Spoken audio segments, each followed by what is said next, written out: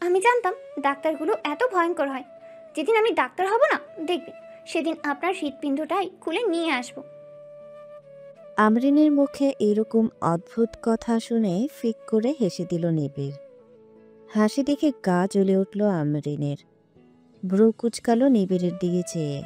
কোমর জড়িয়ে আমরিনকে কাছে এনে নিবিড় হাসিটা বজায় রেখেই বলল, তুমি কবে থেকে তুলি ভাবির মতো অদ্ভুত কথা বলা শুরু করলে বউ? হৃৎপিণ্ড খুলে নিতে হবে না, আমার হৃৎপিণ্ড জুড়ে তো তোমারই দখল। নিবিড়ের মুখের কথা শুনে সবটুকু রাগ উবে গেল আমরিনের। ঠোঁট দুটো প্রসারিত করে বলে উঠল, তুলির বেস্ট ফ্রেন্ড যখন হয়েছি একটু একটু বলতেই পারি। এখন কি আমাকে ছাড়বেন? হলুদের ফাংশন শুরু হয়ে যাবে। তুলিকে বসিয়ে এসেছি রুমে, ওকে নিয়ে নিচে যেতে হবে তো। হুম, যেতে দিতে পারি, তবে একটা শর্ত আছে। কি শর্ত? আজ কিন্তু আমার সাথে ডান্স করতে হবে। আমার বই গেছে।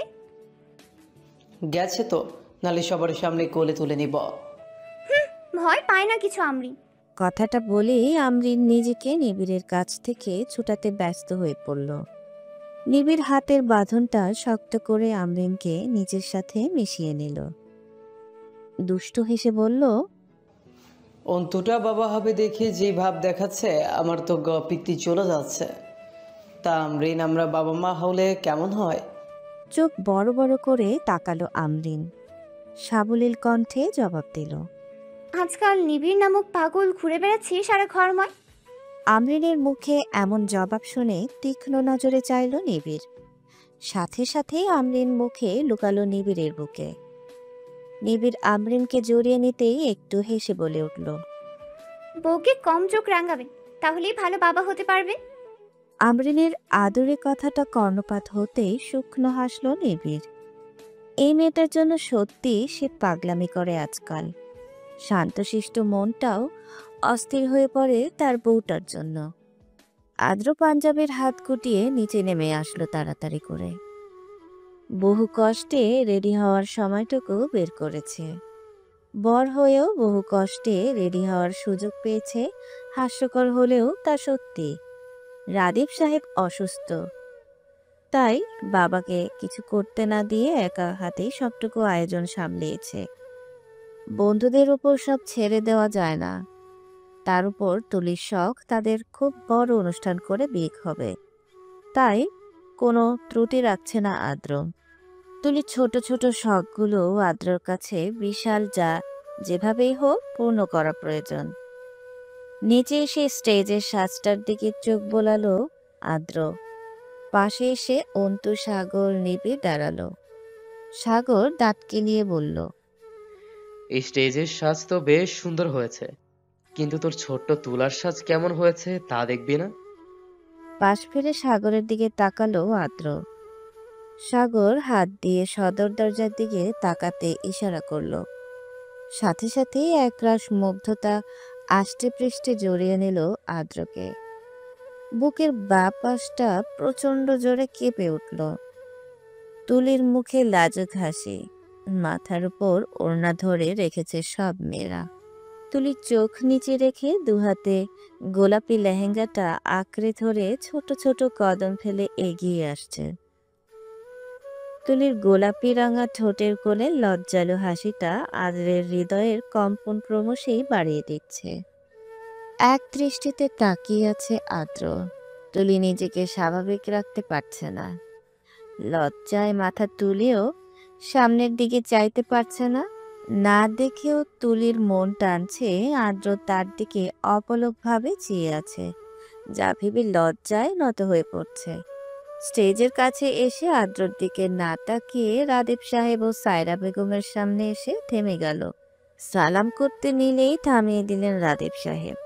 তুলির মাথায় হাত রেখে হাসি মুখে বললেন, তোকে দেখে নিজেকে সুস্থ লাগছে মা। তোকে কতটা সুন্দর লাগছে তোর বাবা ঠিক বলে বোঝাতে পারবে না। শুধু এতটুকুই বলবো, যতদিন বাঁচবি তোর মুখে যেন এই হাসির রেখাটা থাকে। আপনারা পাশে থাকলে প্রতি মুহূর্তে প্রশান্তির হাসি হাসবো বাবা। রাদীপ সাহেব তুলির হাতটা ধরে আদ্রর পাশে নিয়ে দাঁড় করালো। কেঁপে উঠল তুলি। আদ্রর কাছে আসতেই বুকে উথাল পাথাল ঢেউ গর্জে উঠল। ভীষণ ইচ্ছে করছে চোখ উঠিয়ে আদ্রকে এক পলক দেখতে, কিন্তু লজ্জায় অসহায় সে। রাদীপ সাহেব আদ্রর এক হাতে তুলির এক হাত রাখলেন। বাবার থেকে চোখ সরিয়ে তুলির হাতের দিকে তাকালো আদ্র। এমন তো কোনোদিন হয়নি। নিজেও তো কত আঁকড়ে ধরেছে তুলির হাতটা, আজ তো প্রথম না। তবুও কেন হাতটার স্পর্শ পেতেই হৃদস্পন্দনে সেকেন্ডের জন্য থমকে গেল। তুলির নতজানু মুখের দিকে তাকিয়ে হাতটা শক্ত করে মুঠোয় পড়ে নিল আদ্র। সাথে সাথেই লাল আভায় ছেয়ে গেল তুলির দুগাল। রাদীপ সাহেব সহ সবাই হেসে উঠল। অন্তু সুযোগ পেয়ে দাঁত কেলিয়ে বলে উঠল, দেখলেন আঙ্কেল, আপনি হাতে হাত দিতে না দিতেই কেমন কেমন করে মুঠো পুড়ে নিল। রাদীপ সাহেব হাসি বজায় রেখেই বললেন, দেখতে হবে না ছেলেকার, আমি এটাই আশা করেছিলাম। আমি জানি আমার ছেলে এই মেয়েটাকেই সবটুকু দিয়ে আগলে রাখবে। বাবাকে শক্ত করে জড়িয়ে ধরল আদ্র। ধরা কণ্ঠে বলে উঠল, সেদিনের ব্যবহারের জন্য দুঃখিত বাবা। সবার মুখে হাসি ফুটে উঠল এমন দৃশ্য দেখে। তুলির চোখ জড়িয়ে গেল। রাদীপ সাহেব আদ্রর পিঠে হাত রেখে বললেন, তুলিকে স্টেজে নিয়ে বসাও। অনেক শখ ছিল তোমার মায়ের হাত ধরে স্টেজে নিয়ে বসানো, কিন্তু তোমার নানা ভাই তা আর হতে দিলেন কই। ছেলে হয়ে তুমি না হয় বাবার ইচ্ছাটা পূরণ করে দাও। আদ্র হালকা হাসল। তুলির হাতটা ধরে নিয়ে স্টেজে পাতানো সোফায় বসিয়ে দিল। একটু ঝুঁকে মৃদু স্বরে বলল, আজ আবারও হৃদয় কাঁপানোর জন্য তাই হলে তোলা। এখন তো তোমায় লাল বেনারসিতে দেখার অপেক্ষাটুকুও করতে পারছি না। মাথা তুলে আদ্রর দিকে নিষ্পলক চেয়ে রইল তুলি। আদ্রর ঘোর লাগানো স্বর তার মনের গহীনে ঝড় তুললেও চোখ দুটো আদ্রতে স্থির। নীল পাঞ্জাবি, ফর্সা চেহারা, নীল বর্ণের দুটো নয়ন, ঠোঁটে তৃপ্তির হাসি দেখে তুলি অভিভূত ও স্তব্ধ। ভুলে গেছে দিক বিদিক, চক্ষুদয় আটকে গেছে আদ্রতে। হাতে হিমশীতল স্পর্শ অনুভব করতেই ঘোর থেকে বেরিয়ে এলো। চেয়ে দেখলো হাতে হলুদ লেগে আছে। আদ্রর হাতেও হলুদ। কিছু বলার আগেই গালে হাত ছোঁয়ালো আদ্র। হই হুল্লোড় শব্দ ভেসে এলো চারদিক থেকে। অতিশয় জড়তায় ঠোঁটের ঠোঁট চেপে নত হয়ে গেল তুলি। আদ্র মুচকি হেসে স্টেজ থেকে নেমে এলো। মেয়েটার লজ্জারাঙা মুখ তার দুর্বলতা, তাই দূর থেকেই চোখ জড়িয়ে নেবে। একে একে সবাই হলুদ লাগালো তুলিকে। হলুদ ছোঁয়ানো শেষ হতেই তুলিকে স্টেজ থেকে উঠিয়ে রুমে নিয়ে এলো রিমি পায়েল। ঝটপট সবুজ রঙের জামদানি পরিয়ে রেডি করিয়ে বাহিরে নিয়ে আসলো। এখন মেহেদি অনুষ্ঠান হবে, সাথে নাচ গান। তুলির হাতে দুজন মেয়ে মেহেদি লাগিয়ে দিচ্ছে। পায়েল পাশে বসে দেখছে। বেচারি এতক্ষণ অনেক চিন্তায় ছিল অন্তুর লুঙ্গি ডান্সের সময়।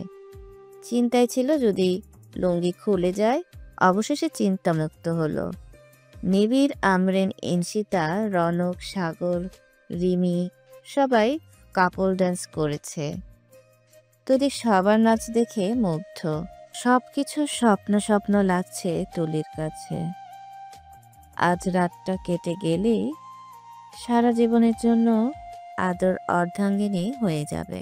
মনে অর্ধাঙ্গিনী শব্দটা উদয় হতেই শীতল স্রোত বয়ে গেল তুলির হৃদয় জুড়ে। তার ডাক্তার সাহেব রাতটা পেরোলেই তার স্বামী হবে। সামিরা হাতে এক গ্লাস জুস নিয়ে হাজির হলো তুলির সামনে। সাদা ও লাল মিশ্রিত শাড়িতে অসম্ভব সুন্দর লাগছে সামিরাকে। তুলির ঠোঁট উল্টে বলল, খাবো কিভাবে আপু? আমি খাইয়ে দিচ্ছি। ধন্যবাদ আপু। সামিরা গ্লাসটা তুলির মুখের কাছে নিতেই এক ঢোক খেলো তুলি। চোখ গেল দূরে দাঁড়িয়ে কালকের আয়োজনের জন্য বাবুর্চির সাথে কথা বলা আদ্রর দিকে। তুলি মোলায়েম কণ্ঠে বলল, আপু, ওনার জন্য কাউকে দিয়ে এক গ্লাস জুস পাঠাবে? তুলির কথা শুনে হেসে দিল সবাই। রসাত্মক কণ্ঠে বলে উঠল। বাহ, বরের জন্য কত টেনশন। সাথে সাথেই তুলির চঞ্চল মন লাজ লজ্জা ভুলে জবাব দিল, উহুম, চিন্তা না, বরং উনি যেমন করে আমার খেয়াল রাখে তেমন করে ওনার খেয়াল রাখো আমার দায়িত্ব। কথাটা বলেই নিজেও লজ্জায় ডুবে গেল তুলি। সামিরা সায়জা নিয়ে উঠে এলো। একজন ওয়েটারকে ডেকে এক গ্লাস মাল্টার জুস ধরিয়ে দিয়ে বলল, যে কোনো মূল্যেই যেন জুসটা আদ্রর হাতে পৌঁছায়। হাতে 500 টাকার একটা নোটও বুঝে দিল। বাঁকা হাসি ঝুলিয়ে পা বাড়ালো স্টেজের দিকে।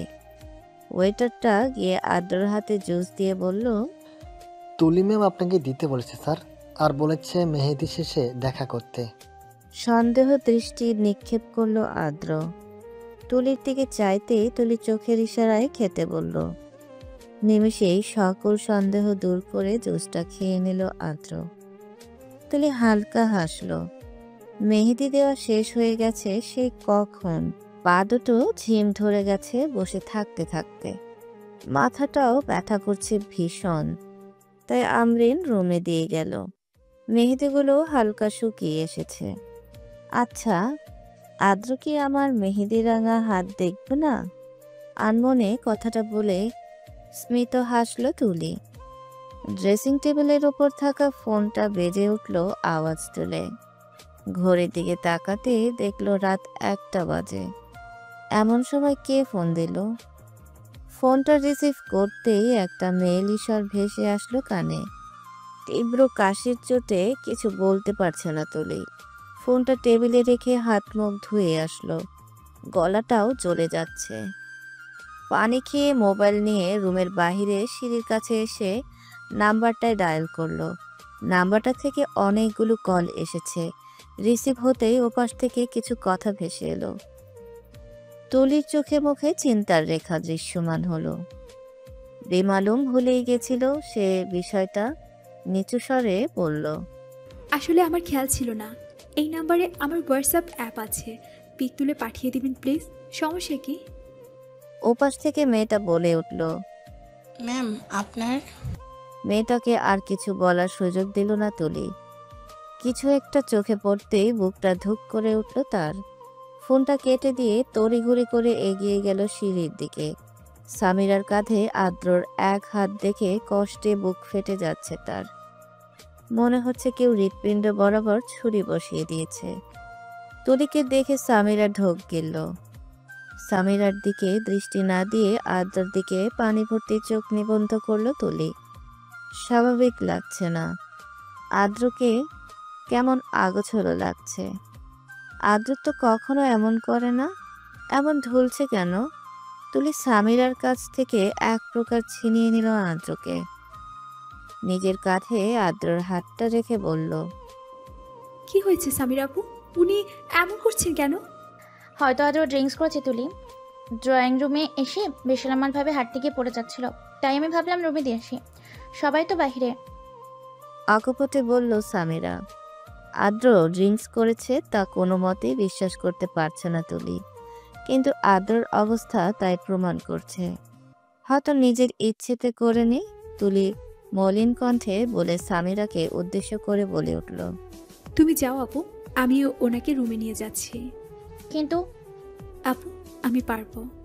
কথাটা বলেই আদ্রকে নিয়ে রুমের দিকে পা বাড়ালো তুলি। সামিরা হাত মুঠো করে আক্রোশে ফেটে পড়ল। নিজেকে আজ ব্যর্থ মনে হচ্ছে তার। রুমে এনে আদ্রকে বিছানায় বসিয়ে দিল তুলি। আদ্রর মাথাটা ব্যথায় ছিঁড়ে যাচ্ছে।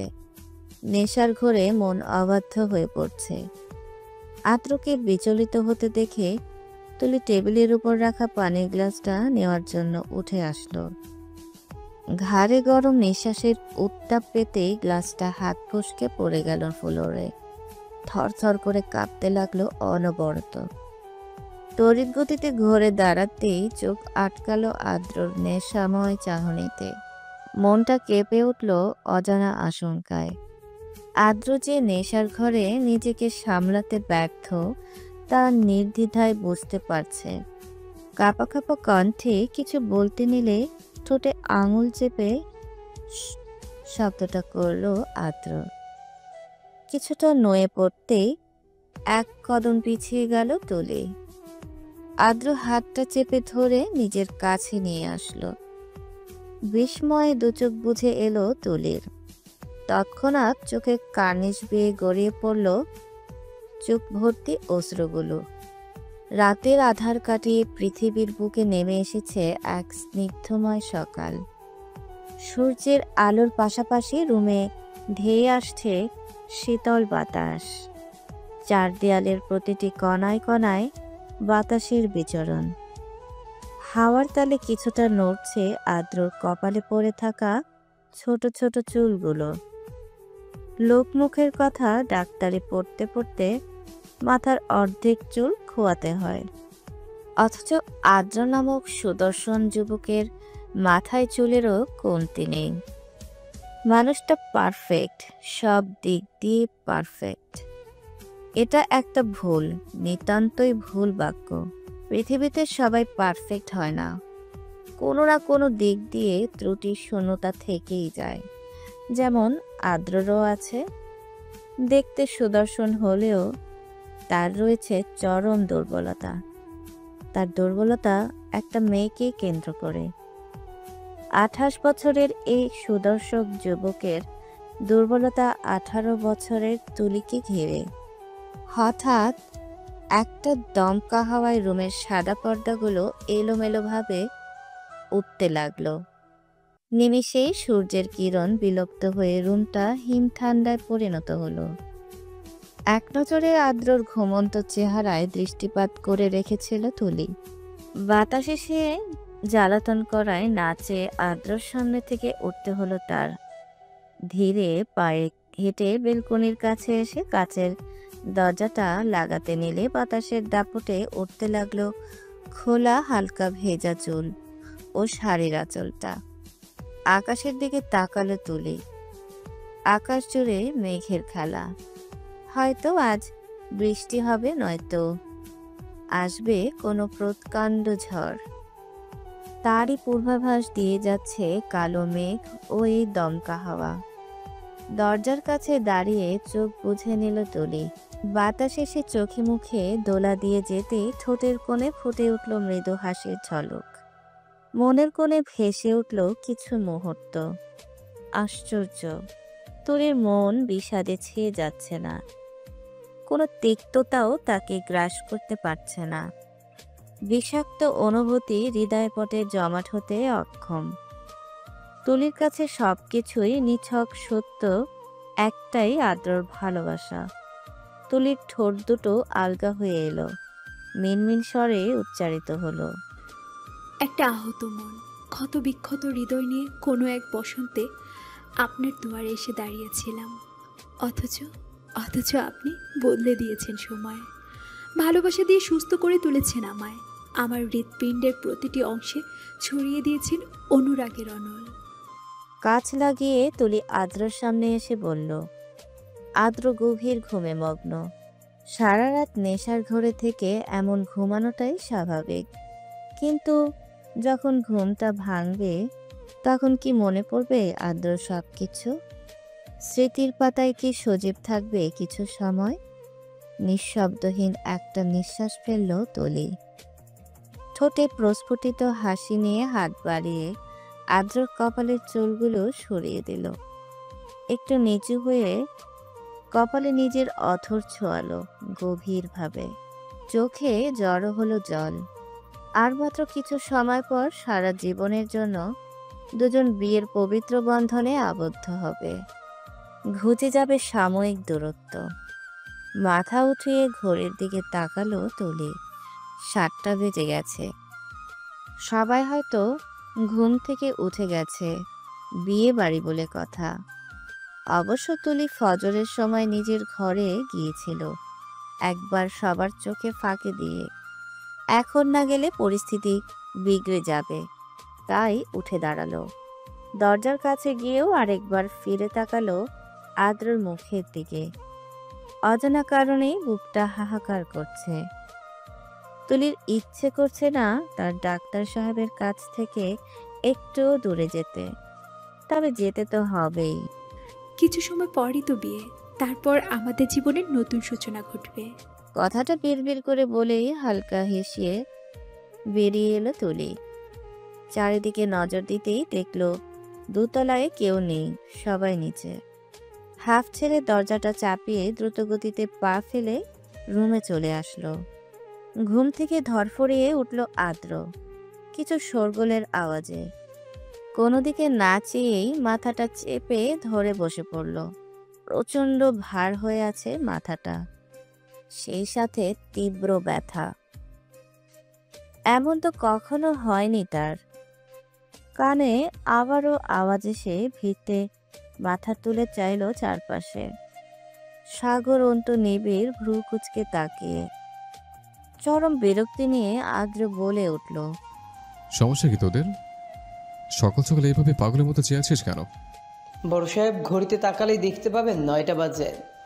এখনো সকাল সকাল রয়ে যায়নি। কথাটা বলেই নিবিড় সাগর অন্তু হু হু করে হেসে উঠল। নিবিড় একটা বালিশ নিয়ে পাশে শুয়ে রসাত্মক কণ্ঠে বলে উঠল, তুই তো এত বেলা পর্যন্ত ঘুমাস না, ব্যাপার কি? আজকের কাজ গতকাল শেষ? নিবিড়ের মজার ছলে বলা রসাত্মক বাক্যটা শুনে বুকটা ধুপ করে উঠল আদ্রর। বাকি সবাই আরেক দফা হাসতে শুরু করলো। আদ্র কপাট রাগ দেখিয়ে বলল, আমি তোর বউয়ের বড় ভাই হই, ভুলে যাস না। তার আগে তুই আমার বন্ধু, আর বন্ধুর সাথে কথা বলতে সীমার প্রয়োজন নেই। এখন তোরা 3টা বের হ আমার রুম থেকে। যার যে বোর কাছে যা, আর আমাকে ফ্রেশ হয়ে আমার বোর কাছে যেতে দে। আদ্রর কথা শুনে চোখ ছোট ছোট করে চাইল তিনজন। সাগর কপালে ভাঁজ ফেলে বলল, একটু পরেই তো বিয়ে ভাই, এখনই যেতে হবে তোর? যেতে হবে, যদি মায়ের না খেতে চাস। ফুট এখান থেকে। মায়ের খাওয়ার কথা শুনেই উঠে দাঁড়ালো অন্তু। যেতে যেতে বলল, পায়েল বোধহয় আমাকে ডাকছে, বেবির সেবা করতে হবে। সাগর ও নিবিড় একসাথে বলে উঠল, পায়েল বাঘিনী অথচ তার বর ভেজা বেড়াল। দুজনে না পেরে চলে গেল রুম থেকে। ওরা যেতেই আদ্র বিছানা থেকে উঠে দরজাটা ঠাস করে লাগিয়ে দিল। ওয়াশরুমে এসে চোখে মুখে পানি দিয়ে কাল রাতের কথা মনে করার চেষ্টা করলো। আদর স্পষ্ট মনে আছে জুস খেয়েছিল সে। খাওয়ার কিছু সময় বাদে তুলির সাথে দেখা করার জন্য বাড়ির ভিতরে এসেছিল। সামিরার উপস্থিতি ও ঝাপসা হয়ে স্মৃতির পাতায় বিচরণ করছে। মাথার চুল টেনে মনে করার চেষ্টায় লেগে পড়ল আদ্র। তার মন টানছে অপ্রত্যাশিত কিছু ঘটেছে গত রাতে। বহু চেষ্টার পর মনের আরশিতে ভেসে উঠল তুলির চোখ বুজে থাকা শ্যামলা মুখশ্রীটা। থমকে গেল আদ্র, গলা শুকিয়ে এলো তার। হৃদয় নিংড়ানো ভয় চেপে ধরল আষ্ট্রে পৃষ্ঠে। আয়নায় চোখ যেতেই মনের আশঙ্কাটা পরিণত হলো যন্ত্রণায়। তাড়াতাড়ি করে ফ্রেশ হয়ে ব্যালকনিতে এসে এক লাফে তুলির বারান্দায় উপস্থিত হলো। পায়ের গতি বাড়িয়ে রুমে আসতেই চোখে পড়ল আয়নার সামনে কলাপাতা রঙের শাড়ি পরে দাঁড়িয়ে থাকা তুলির দিকে। তড়িৎ বেগে তুলিকে ঘুরিয়ে নিজের সাথে চেপে ধরল আদ্র। কাতর স্বরে এক নিঃশ্বাসে বলল, আমার মনে হচ্ছে আমি অপরাধ করে ফেলেছি তোলা। সত্যি কি তাই? আদ্রের প্রশ্ন শুনে কেঁপে উঠল তুলির মনটা। হৃদয়ের ওঠানামা হতে লাগলো দ্রুত গতিতে। আদ্র অধীর আগ্রহ নিয়ে করুণ চাহনি নিক্ষেপ করে রেখেছে উত্তরের আশায়। পারবে না তুলি জবাব দিতে। আজ যেন তুলি কিছু বলার ভাষাও হারিয়ে ফেলেছে। তুলিকে নিশ্চুপ দেখে আদ্র ধরা গলায় বলল, নীরবতা কি সত্যির প্রমাণ দিচ্ছে? আপনি কখনো অপরাধ করতেই পারেন না আদ্র। আদ্রর ভয় হচ্ছে। তোর এই ছোট্ট মনের ভাবনা সে আজ কোনোভাবেই বুঝতে পারছে না। বুকের অসহনীয় পীড়ন নিয়ে অসহায় কণ্ঠে বলে উঠল, তুমি আমার কাছ থেকে মুখ ফিরে নিবে না তো তুলি? আমার মনে হচ্ছে আমাদের মাঝে। আর কিছু বলতে পারছে না আদ্র। তুলির গালে হাত রেখে বলল। জুসটা তুমি পাঠিয়েছিলে? আদ্রর এহেন প্রশ্নে কিছুটা বিস্মিত হলো তুলি। সাবলীলভাবে জবাব দিল। আমি সামির আপুকে বলেছিলাম, উনি পাঠিয়েছেন। ব্যাস, যা বোঝার বুঝে গেল আদ্র। সামিরার উদ্দেশ্য বেশ ঠাহর হয়েছে তার। ছল ছল চোখে তাকিয়ে থাকা তুলির দিকে তাকাতে আদ্রর অন্তরাত্মা কেঁপে উঠল। মেয়েটার চোখে মুখে লজ্জার ছাপ নেই আজ, যা আদ্রকে পোড়াচ্ছে ভীষণভাবে। তুলির ললাটে ঠোঁটের স্পর্শ দিয়ে কপালে কপাল ঠাকালো আদ্র। করুণ স্বরে বলে উঠল। যদি কিছু হয়েও থাকে তবে মুহূর্তগুলো অবৈধ ছিল না তোলা। আমি অপেক্ষা করব আরো একটা বার তোমাকে আপন করে নেয়ার। তুলির মেহেদি রাঙা দুহাতে চুমো এঁকে আস্তে আস্তে দুহাত ছেড়ে দিতে লাগলো আদ্র। এক পলকে হাতের দিকে তাকিয়ে রইল তুলি। মনটা আনচান করছে আজ, বড্ড কু ডাকছে। ইচ্ছে করছে আদ্রর হাতটা দুহাতে শক্ত করে আঁকড়ে ধরতে। ধীরে ধীরে চলে গেল আদ্র। দরজার কড়া নাড়ার শব্দে ঘোরের সমাপ্তি ঘটল তুলি। খুলে দিতেই আমরিন, ইনশিতা, পায়েল, রিমি, ঝুমুকে দেখে মৃদু হাসল। আমরিনের হাতে বিয়ের বেনারসি, ঝুমুর হাতে নাস্তার প্লেট। নিঃশব্দে খাটে এসে বসল তুলি। ঝুমু তুলির দিকে তাকিয়ে বসল। বাহ, গোসল করে নিয়েছো? বেশ ভালো হয়েছে। নাস্তা করতে তো নিচে যাওনি, এখন ঝটপট খেয়ে নাও। অলরেডি 10টা বেজে গেছে। সাজানো এখন থেকেই শুরু করে দিতে হবে। নামাজের পরেই তো বিয়ের কার্য সম্পূর্ণ করা হবে। তুলি সায় জানিয়ে খেয়ে নিল। আমরিন তুলির চুলগুলো ড্রায়ার দিয়ে শুকিয়ে দিল। একটু পর পার্লারের মেয়েরা চলে আসবে। পায়েল, রিমি সবার সাথে টুকটাক কথা বলতে কেটে গেল কিছু সময়। সায়রা বেগম পার্লারের মেয়েগুলোকে রুমে নিয়ে এসে বাকি সবাইকে তাড়া দিল রেডি হওয়ার জন্য। যাওয়ার আগে তুলির থুতনিতে হাত রেখে মেয়ে দুটোর উদ্দেশ্যে বলে গেলেন। আমার মাটাকে এত সুন্দর করে সাজাবে যেন আমার ছেলের চোখের পলকে ফেলতেই ভুলে যায়। হবু শাশুড়ির মুখে এমন কথা শুনে লজ্জায় কাটা দিয়ে উঠল তুলির সারা শরীর। মাথা নত রেখেই লাজুক হাসি হাসল। সবাই চলে গেল রুম থেকে। মেয়েগুলোকে বসিয়ে ওয়াশরুমে এসে মুখ ধুয়ে নিল তুলি। আদ্রকে অনুশোচনায় ভুগতে দেবে না সে। বিয়েটা হয়ে গেলেই বলে দেবে সব। লাল বেনারসিটা পরিয়ে তুলিকে সাজিয়ে দিয়ে বের হয়ে গেল মেয়ে দুটো। নিজেকে আয়নায় দেখে অভিভূত তুলি।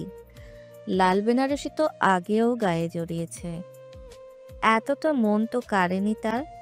তবে আজ কেন নিজেকে নিজের কাছেই ভালো লাগছে তুলির।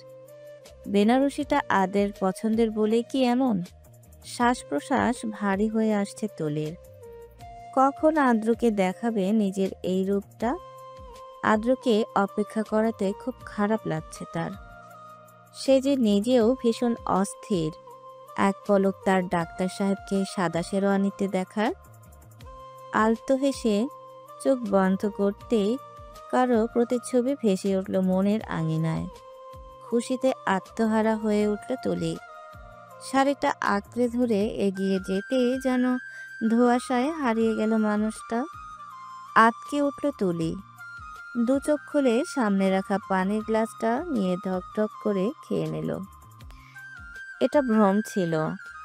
আদ্রকে নিয়ে অধিক ভাবার কারণেই হয়তো কোনো কল্পনায় হারিয়ে গিয়েছিল।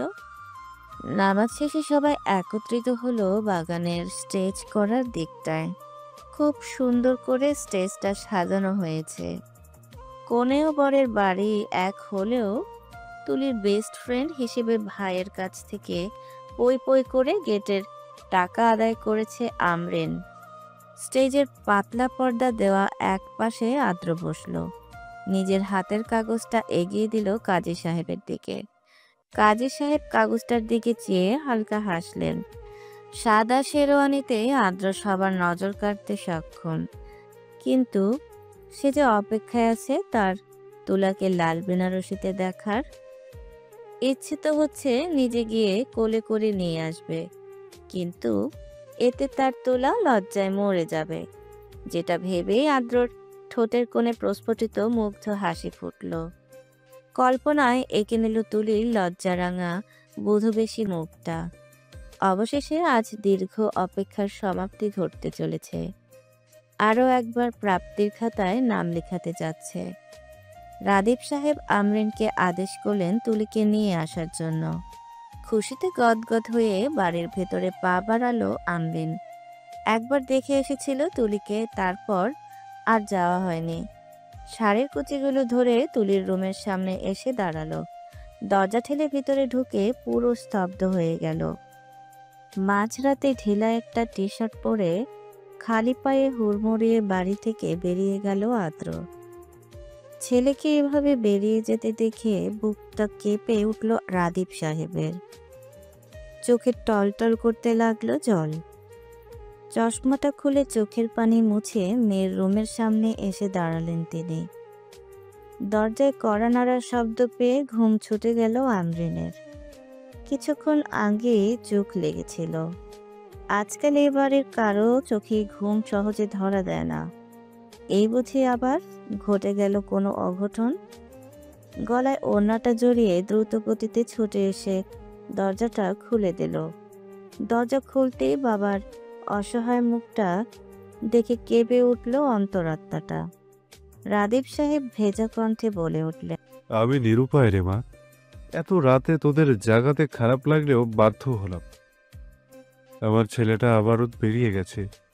নিবিড়কে বলবি একটু আমার সাথে ওর পিছু যাওয়ার জন্য। আমার একার পক্ষে যে ওকে আটকানো সম্ভব না। নিবিড় ঘুম ঘুম চোখে বড় বড় পা ফেলে বেরিয়ে এলো। চিন্তিত মুখে বলল, তাড়াতাড়ি চলুন বাবা, দেরি করলে ওকে খুঁজে পেতে কষ্ট হবে। চলো। রাদীপ সাহেব ও নিবিড় তাড়াতাড়ি করে হাতে টর্চ নিয়ে চলে গেলেন। আমরিন সেদিকে চেয়ে টুকরে কেঁদে উঠল। বিড়বিড় করে বলল, কেন তুলি, কেন এমন করলি তুই? কেন আমার ভাইকে জ্যান্ত লাশ বানিয়ে হারিয়ে গেলি? এত ভালোবাসার এমন প্রতিদান দিতে পারলি তুই? কে জানতো তোর ছোট্ট চঞ্চল মনির আড়ালে এত নিষ্ঠুরতা লুকিয়েছিল? নিবিড় ও রাদীপ সাহেব দৌড়াতে দৌড়াতে কিছু দূর আসতেই আদ্রকে দেখতে পেল। হাঁপিয়ে উঠেছেন তিনি। এ বয়সে ছেলের এত কষ্ট তিনি কোনোভাবেই মেনে নিতে পারছেন না। প্রতিনিয়ত নিজের ছেলেকে চক্ষুদ্বয়ের সামনে ধুকে ধুকে মরতে দেখার মতো কষ্ট ওনার মনটাকে বিষিয়ে দিচ্ছে। সুখের সময়গুলো বোধহয় তার জীবন থেকে হারিয়ে গেছে। আদ্র অনবরত ফোন করে যাচ্ছে কাউকে। চোখে মুখে রাগের ছাপ। নিবিড় গিয়ে পাশে দাঁড়াতেই বিরক্তিতে ভ্রু কুচকালো। তীক্ষ্ণ মেজাজ নিয়ে বলে উঠল, মাঝরাতেও শাস্তি দিবে না তোরা? আবার চলে এলে? পাগল পেয়েছিস আমাকে? সবসময় পিছু করে নিচ্ছিস। আমার শান্তি চাই, শান্তি। কেঁপে উঠল নিবিড়ের হৃদয়টা। ল্যাম্পপোস্টের আলোয় আদ্রর বিরক্ত মাখা চেহারাটা দেখে আজ ভীষণ কষ্ট অনুভব হচ্ছে তার। একটা মানুষ কতটা অসুখী হলে একটা শান্তির জন্য আকুল আবেদন করে তা আজ ভালোই বুঝতে পারছে নিবিড়। মেডিকেল কলেজের দুর্দান্ত মেধাবী সুদর্শন ছেলেটার বর্তমান পরিস্থিতি দেখলে কে বলবে সে একজন বেস্ট হার্ট সার্জন, একজন সুখী মানুষ ছিল? যেই ছেলে নিজের হার্টকে সুস্থ রাখতে পারেনি, সে আর অন্যের চিকিৎসা কিভাবে করবে?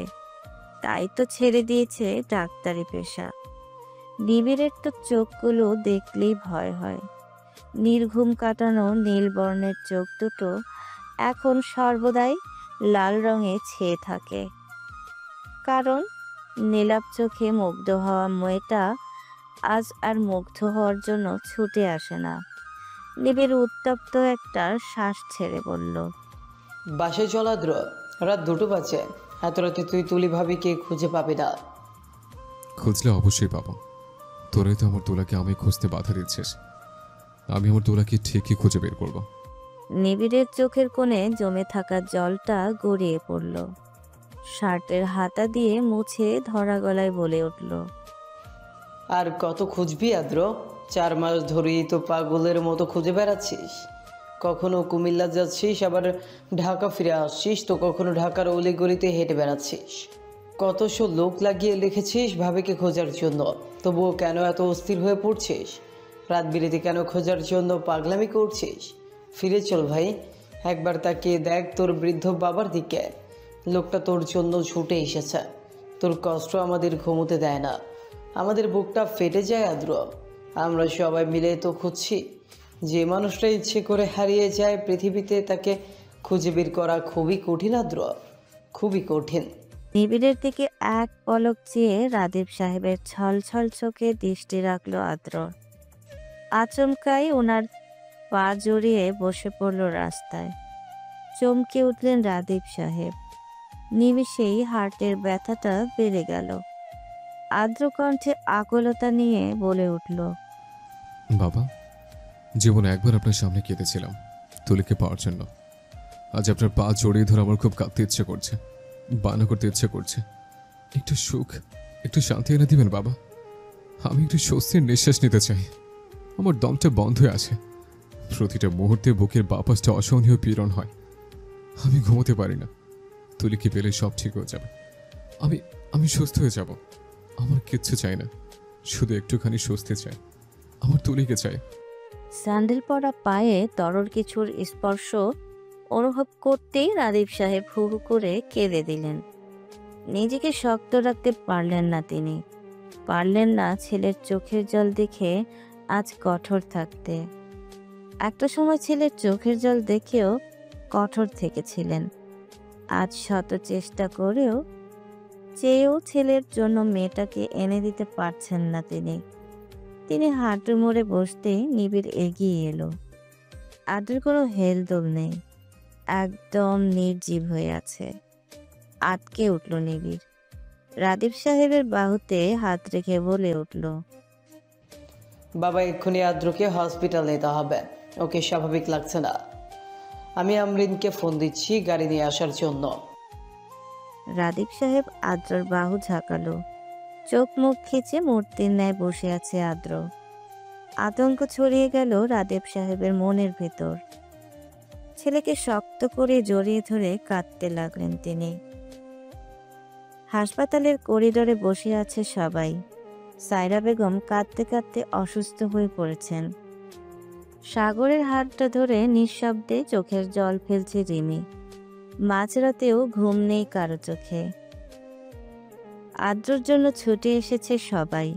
5 মাসের অন্তঃসত্ত্বা পায়েল শাশুড়ির শত বাধার পরও ছুটে এসেছে অন্তুকে নিয়ে প্রাণের বন্ধুর জন্য। অন্তুর হাতটা ধরে বুকে মাথা রেখে নীরবে কাঁদছে সে। কেন তুলি চলে গেল? কোথায় হারিয়ে গেল আদ্রকে এত ভালোবেসে? থাকলে হয়তো আজ পরিস্থিতিটা অন্যরকম হতো। আমরিন দীর্ঘ একটা নিঃশ্বাস ছেড়ে চোখ বুজে ফেলল। স্মৃতির পাতায় ভেসে উঠল প্রকাণ্ড ঝড় ওঠা সেই দিনটার কথা। আমরিনকে দৌড়ে বেরিয়ে আসতে দেখে উঠে দাঁড়ালো আদ্র। শাড়ি বেজিয়ে পড়ে যেতে নিলে সামলে নিল নিবিড়। আমরিন হাঁপাতে হাঁপাতে আদ্রর হাতে একটা কাগজ দিল। সবাই আতঙ্কিত চোখে চেয়ে আমরিনের দিকে। আদ্র কাগজটা মেলে পড়তে শুরু করলো। ক্ষমা করবেন আদ্র, আমার পক্ষে আপনাকে বিয়ে করাটা কোনোভাবেই সম্ভব না, তাই পালিয়ে যেতে বাধ্য হলাম। নতুন একটা জীবন শুরু করার অনুরোধ রইল, নতুন কাউকে নিয়ে। লেখাগুলো পড়ে স্তব্ধ হয়ে গেল আদ্র। নিমিষেই মনে হলো তার পায়ের তলা থেকে মাটি সরে যাচ্ছে। পুরো দুনিয়াটা হঠাৎ করে এলোমেলো হয়ে যাচ্ছে। হৃদয়ে শীতল স্রোতের বদলে রক্তক্ষরণ হচ্ছে। কাগজটা হাতের মুঠোয় নিয়ে পাগলের মতো তুলির রুমে ছুটে আসলো। ওয়াশরুম, ব্যালকনি, পুরো বাড়ির আনাচে কানাচে খুঁজেও তুলির কোনো অস্তিত্ব পেল না। হাঁটু গেড়ে গগন বিদারী চিৎকার করে উঠল আদ্র। কয়েক মিনিটের ব্যবধানে ধূলিসাৎ হয়ে গেল এত বছরের জমানো সব স্বপ্ন।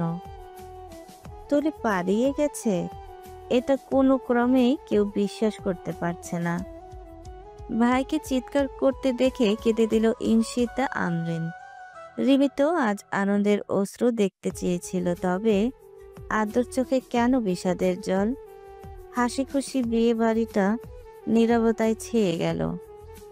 আহান ঝুমু স্তম্ভিত। আচমকা আদ্র উঠে এসে সামিরার গালে সজোরে থাপ্পড় বসিয়ে দিল। মাটিতে ছিটকে পড়ল সামিরা। ব্যথায় কুঁকড়ে উঠল সে। রনক, ইনশিতা সহ সবাই প্রচন্ড ভয় পেয়ে গেল। দৌড়ে গিয়ে ইনশিতা সামিরাকে তুলতেই আদ্র ইনশিতাকে সরিয়ে সামিরাকে টেনে সবার সামনে ছুঁড়ে ফেলল। রনক এগিয়ে আসতেই রক্তিম দৃষ্টি নিক্ষেপ করল। দমে গেল রনক। আতঙ্কিত স্বরে প্রশ্ন করল, সামিরা কি করেছে ভাই? আদর ঠোঁটে তাচ্ছিল্যর হাসি। সামিরার দিকে তাকিয়ে চিৎকার করে বলে উঠল, তুই কি ভেবেছিস তুলিকে সরিয়ে দিলে আমি তোকে বিয়ে করে নেব? কান খুলে শোনো রাখ, তুলি আমার বউ। কাবিননামায় স্বাক্ষর করে অনেক আগে ওকে আমি নিজের অর্ধেঙ্গিনে বানিয়ে নিয়েছে। তোর সব চেষ্টা বৃথা। নাকি ম্যারেজ ছেলেকেও বিয়ে করতে চাস তুই? আদ্রর কথা শুনে সবাই অবাকের শীর্ষ পর্যায়ে পৌঁছে গেল। সবার মাথা যেন আকাশ ভেঙে পড়ল এটা জেনে আদ্র আগেই বিয়ে করে নিয়েছে। রাদীপ সাহেব একটুও চমকালেন না। তিনি বিষয়টা জানতেন। সামিরা ভয়ার্ত চোখে চেয়ে থেকে কাঁপা কাঁপা গলায় বলে উঠল, আমি তুলিকে কিছু করিনি আজও। রাগটা দ্বিগুণে পরিণত হলো।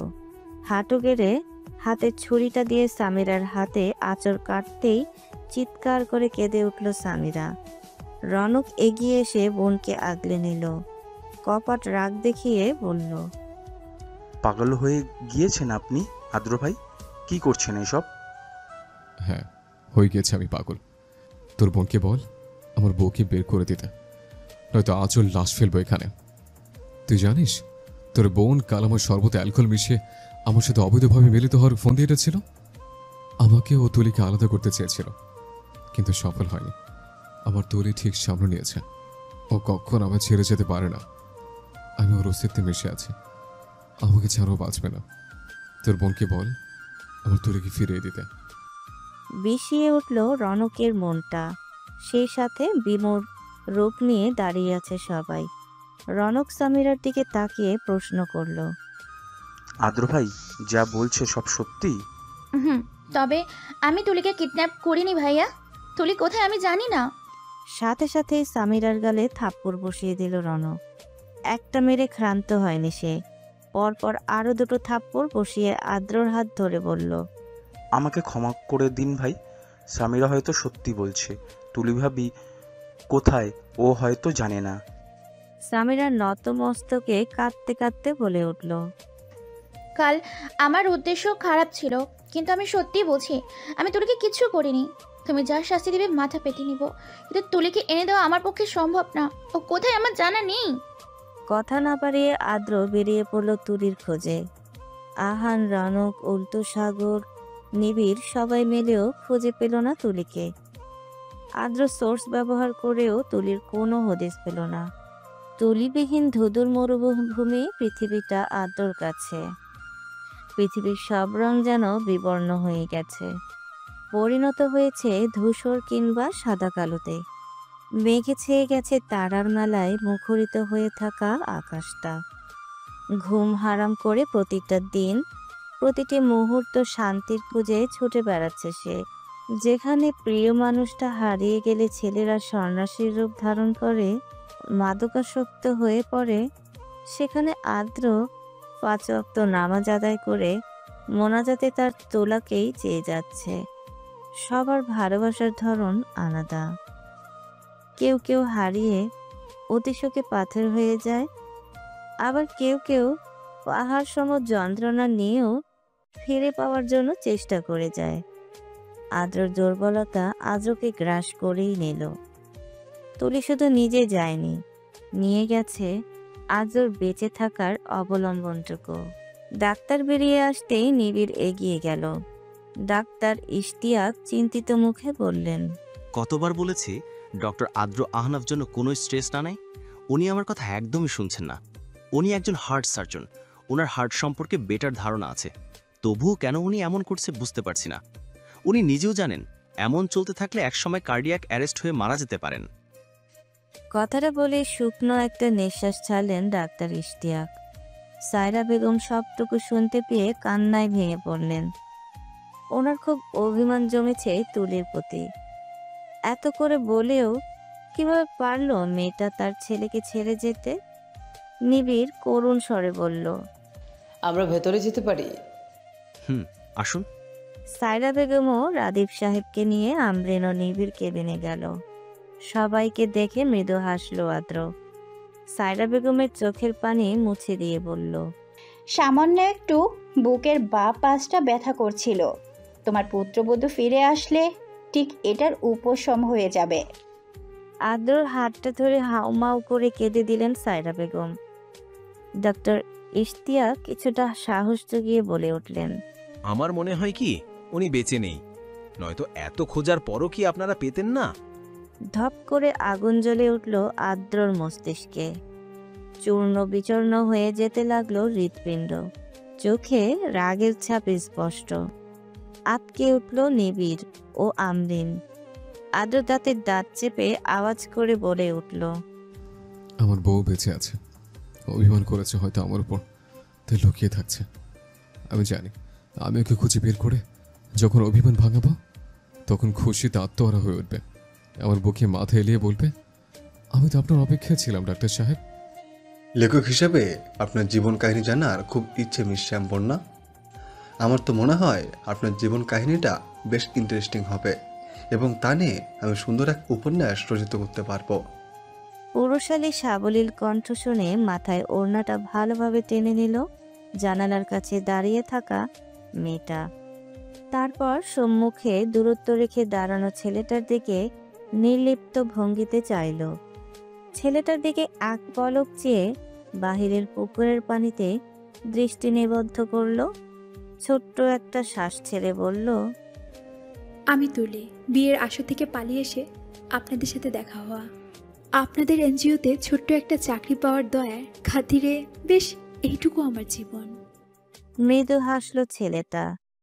বাহিরে দৃষ্টি রেখে বিমর্ত স্বরে বলল, আমি তো আপনার 18 বছরের জীবন কাহিনী জানতে চাইছি।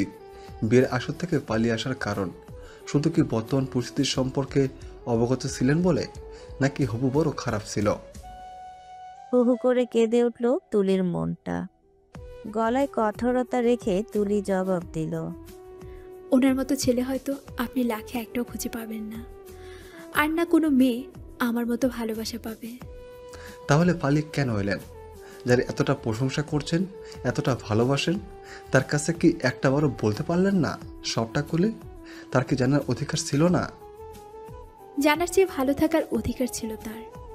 তৎক্ষণাৎ চূর্ণ বিচূর্ণ হয়ে যেত তার মনটা, আমাকে কোনো ক্রমেই ছাড়তো না। তবে প্রতিটা মুহূর্তে মরণ যন্ত্রণা পেত। সময়ের স্রোতে একসময় তার জীবনটা বরবাদ হয়ে যেত। যাকে নিজের জীবনের চাইতেও বেশি ভালোবেসেছি, তার এত সুন্দর জীবনটা আমি কিভাবে নষ্ট করে দিতাম? আপনার কি মনে হয় এখন আপনাকে ছাড়া ভালো আছে? দু চোখ বুজে এলো তুলির। প্রশ্নটা হৃদয় পটে বিচরণ করতে লাগলো, আঘাত করতে লাগলো অনবরত। কে জানতো তার 18 বছরের জীবনে এত কিছু ঘটে যাবে? যাকে ছাড়া এক মুহূর্তও নিজেকে কল্পনা করতে পারতো না, পাগলামি করতো তাকে ছেড়ে 4টা মাস থাকতে হবে। ভালো নেই আমি ডাক্তার সাহেব। শরীরে বাসা বাঁধা অসুখের চেয়ে আমার মনের অসুখটা প্রখর। প্রতিটা মুহূর্তে মরণ যন্ত্রণা অনুভব হয় আপনাকে ছাড়া। মাঝে মাঝে মনে হয় বিলীন হয়ে গেছে আমার ভিতরকার অস্তিত্ব। তবুও আপনার দেওয়া ভালোবাসা নিয়ে বাধ্য হয়ে বেঁচে আছি আমি। জানি না আর কতদিন অথবা কত মিনিট শ্বাস প্রশ্বাস নিতে পারবো।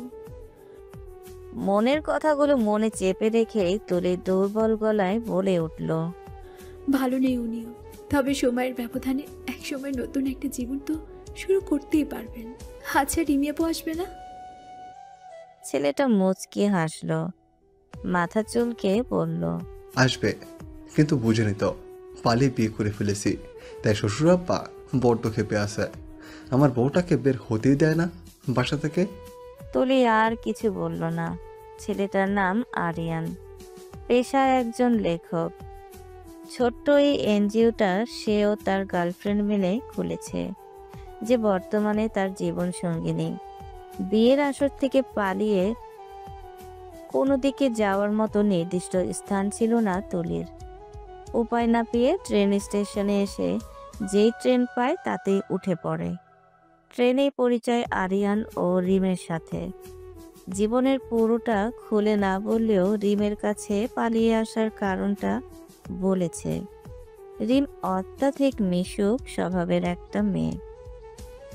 নিজের বাড়িতে নিয়ে যেতে চেয়েছিল তুলিকে, কিন্তু তুলি যায়নি। তাই রিম তাদের এনজিওতেই থাকার ব্যবস্থা করে দিয়েছে। এনজিও দেখার দায়িত্ব দিয়েছে, সেই সাথে তুলির ভরণ পোষণের দায়িত্বও নিয়েছে। আরিয়ান তুলিকে হাসানোর জন্য মাঝে মাঝে মিস শ্যামবর্ণা নামে সম্বোধন করে। এই তুলি, অসুস্থ শরীর নিয়ে দাঁড়িয়ে আছিস কেন? মাথা ঘুরে পড়ে যাবি তো। আতঙ্কিত কণ্ঠে কথাগুলো বলতে বলতে রিম তাড়াহুড়ো করে তুলির কাছে এসে দাঁড়ালো। হাতটা ধরে বিছানায় নিয়ে বসিয়ে আরিয়ানের দিকে তীক্ষ্ণ নজরে চাইলো। রাগে গিজ গিজ করতে করতে বলে উঠল, তুমি জানো না ও ভীষণ অসুস্থ, তবু ওকে দাঁড় করিয়ে রাখলে কেন? অসুস্থ একটা মেয়ের সাথেও নিজের কাব্যিক কথার ঝুলি খুলতে হবে তোমার? আরিয়ান কিছু বলতে নেবে তার আগেই তুলি ধীর স্বরে বলল, কারো দোষ নেই আপু, আমার ভালো লাগছিল না, তাই জানলার কাছে দাঁড়িয়েছিলাম, তোমাদের অপেক্ষায় ছিলাম। তোমাদের কাছে একটা দায়িত্ব দিয়ে যাচ্ছি, আমারও তো বলতে পারো। আরিয়ান ও রিম অবাক চোখে চেয়ে রইল। তুলি বালিশের নিচ থেকে খামে ভর্তি একটা চিঠি এগিয়ে দিল রিমের দিকে। হালকা হেসে বলল, চিঠিটা আমার ডাক্তার সাহেবের কাছে পৌঁছে দিও আপু, এখন না, যখন সময় হবে। দীর্ঘ একটা নিঃশ্বাস ছাড়ল রিম। চোখ দুটো পানিতে টইটুম্বুর হয়ে উঠেছে তার। নিজের ফোনটাও ব্যাগ থেকে একটা সিম বের করে ফোনে লাগিয়ে এগিয়ে দিল তুলির দিকে।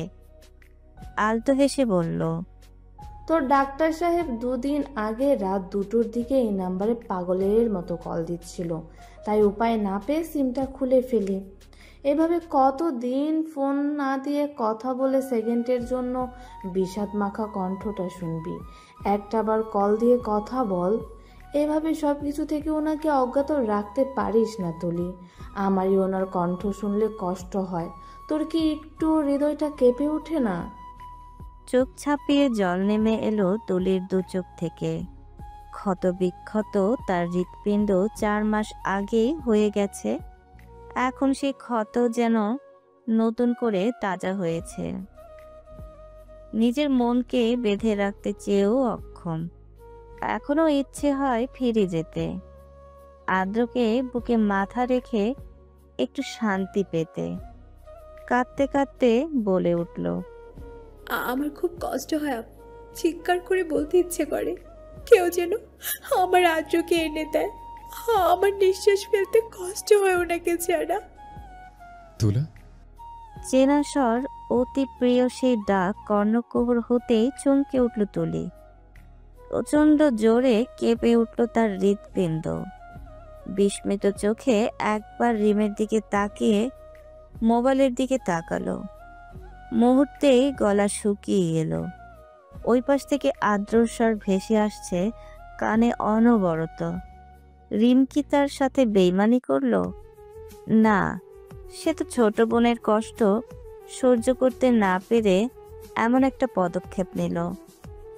ভয়ে কলটা কেটে দিল তুলি। আদ্রর মুখে ফিরে পাওয়ার হাসি। নাম্বারটা থেকে গত 5 দিনে 3 বার ফোন এসেছে। আদ্রর মনে কিছুটা সন্দেহ জেগেছিল এবং সে নাম্বার ট্রেস করে তার লোক দিয়ে খুঁজে বের করেছে রিমকে। আজই ফোনে রিমের সাথে কথা হয়েছে তার। রেডি হয়ে চট্টগ্রামের উদ্দেশ্যে বের হচ্ছিল, তখনই ফোনটা বেজে উঠতেই নিজের অস্তিত্বের সন্ধান পেয়ে গেল নিশ্চিতভাবে। অসুস্থ ছেলেকে তাড়াহুড়োয় বেরিয়ে যেতে পিছু ডাকলো সায়রা বেগম, কিন্তু আদ্র থামল না। গাড়িতে উঠতে উঠতে এতটুকু বলে গেল, তোমার পুত্রবধূ নিয়েই ফিরব। কান্নায় ভেঙে পড়লেন তিনি। রাদীপ সাহেব নিবিড় আমরিনকে ফোন করে দিতে লাগলেন। আদ্র যতটা পারছে গাড়ি স্পিডে চালিয়ে এয়ারপোর্টে পৌঁছালো। সন্দেহের ভিত্তিতেই সে টিকিট কনফার্ম করে রেখেছিল। তুলি চোখের জল ফেলতে ফেলতে রিমের দিকে চেয়ে বলল, এটা কি করলেন আপু? তুমি ওনাকে চিনো না, এক্ষুনি ছুটে আসবে পাগলের মতো। কি করলে এটা? আমাকে এই অবস্থায় দেখলে সইতে পারবেন না উনি। এমনিতেই তো পাগল হয়ে যাচ্ছিল তোকে ছাড়া। আমি আর কোনো কথা শুনছি না তুলি। 4টা মাস আমাদের দমিয়ে রেখেছিস। এই 4 মাসে আমরা তোর মায়া এভাবে জড়িয়ে গেছি। আর যেই মানুষটা তোকে এতগুলো বছর ধরে ভালোবেসেছে তার অবস্থা, চলেই তো যাবি, তাকে এক পলক দেখেই না হয় বিদায় হ। কথাগুলো বলেই অভিমানে মুখ ফিরিয়ে নিল রিম। চোখের কার্নিশ বেয়ে গড়িয়ে পড়ছে অশ্রু। বুক ফেটে কান্না আসছে তার তুলির জন্য। তুলি মনে ভয় নিয়ে জড়সড় হয়ে বসে রইল। তবে কি শেষ পর্যন্ত মুখোমুখি হতেই হবে আদ্রর? সকাল পেরিয়ে বিকাল, বিকেল বললে ভুল হবে, তাও শেষ হবার পথে। নীলচে আকাশে হালকা রক্তিমাভা ফুটে উঠেছে। দুরু দুরু বুক নিয়ে তুলি বসে আছে। সত্যি আদ্র, আপনি আসবেন? আচ্ছা, আমি কি জবাব দিব আপনাকে? কথাগুলো গুছিয়ে নিচ্ছি মনে, তবু কেন বারবার বিক্ষিপ্ত হয়ে যাচ্ছে। আমি পারবো তো আপনাকে সব বলতে, নাকি অসম্পূর্ণই থেকে যাবে? কথাগুলো ভাবতে ভাবতে মাথাটা ভার হয়ে এলো তুলির। ধীর পায়ে ড্রেসিং টেবিলের সামনে এসে দাঁড়ালো সে। মাথার ঘুমটাটা ফেলে আয়নায় দৃষ্টি রাখলো। নিজেকে দেখে নিজের কাছেই ভালো লাগছে না। সাথে সাথেই মাথা নত করে ফেলল। ঘাড়ে গরম নিঃশ্বাস পেতেই শরীরের প্রত্যেকটা রন্ধ্রে রন্ধ্রে শিহরণ জেগে উঠল। মনে আশঙ্কা নিয়ে আয়নায় চোখ রাখতেই বুকটা ধুক করে উঠল প্রচণ্ড বেগে।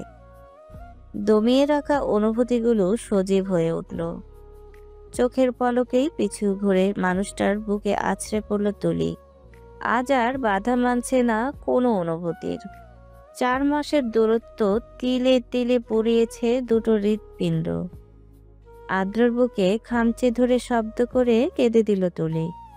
ভিজিয়ে দিতে লাগলো আদ্রর ছাই রঙের শার্টটা। নিজের শরীরের সর্বোচ্চ শক্তি দিয়ে তুলিকে নিজের সাথে মিশিয়ে নিল আদ্র। একটু বিলম্ব করলে এই বুঝি হারিয়ে যাবে তুলি। বুকের বাঁ পাশের ব্যথাটা বেড়ে যাচ্ছে ক্রমশ, তবুও মন জুড়ে বয়ে যাচ্ছে শীতল বাতাস। তার তোলাকে ফিরিয়ে পাওয়ার আনন্দ। তুলির মাথায় হাত বুলিয়ে আলতো করে চুমু খেল। অস্থির স্বরে পড়ে উঠল, কেন চলে এলে তোলা? আমি কষ্ট দিয়ে আনন্দ পাচ্ছিলে জানো? আজ চেয়েও রাগ করতে পারছি না তোমার ওপর। কিভাবে করব বলো? আজ যে আমি তোমার অস্তিত্বের দেখা পেয়েছি, মরণ যন্ত্রণা থেকে মুক্তি পেয়েছে। এই মেয়ে, তুমি তো খুব ভালো করেই জানতা আমার জীবনটা তোমাকে কেন্দ্র করে। তাহলে কিভাবে পারলে এত নিষ্ঠুর হতে? সবসময় তো বলতা আদ্র, আপনাকে আঁচলে বেঁধে রাখবো, অন্য কারো হতে দেব না। তাহলে তুমি কিভাবে নিঃশ্বাস নিতে পারলে আমাকে ছাড়া? তুলি নিশ্চুপ হয়ে মুখ গুজে রেখেছে আদ্রর বুকে। আজও লেগে পড়েছে আদ্রর হৃদস্পন্দন পরিমাপ করার চেষ্টায়। শান্তি অনুভব হচ্ছে তার। কতকাল এই বুকে মাথা রাখা হয়নি, এই শান্তিটুকু পাওয়া হয়নি। গভীরভাবে আদ্রর বুকের বাঁ পাশে নিজের অধর ছোঁয়ালো। আজও থমকে গেল আদ্র। হৃৎপিণ্ডের ওঠানামা হতে লাগলো দ্রুত গতিতে। তুলির মুখটা বুক থেকে তুলতেই অন্তরটা নড়ে উঠল তার। তুলি তার ডাক্তার সাহেবের নীলাভ চোখের দিকে চেয়ে আলতো ঠোঁট প্রসারিত করল। গলা জড়িয়ে উঠে দাঁড়ালো আদ্রের পায়ের পাতায়। এক দৃষ্টিতে চেয়ে থেকে আদ্র কোমর জড়িয়ে উঁচু করে মুখ বরাবর তুলে ধরল। টুক করে কপালে চুমু খেল তুলি। আদ্র ঠোঁটে আলতো ঠোঁট ছুঁয়ে কপালে কপাল ঠেকালো। শক্ত করে নিজের সাথে চেপে ধরল আদ্র।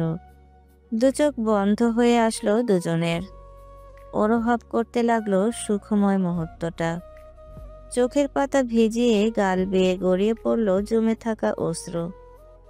দুজনেই নীরবে অশ্রু বিসর্জন দিতে ব্যস্ত। নাকে নাক ঘষে আদ্র আবারও বলে উঠল, কাঁদছিস কেন?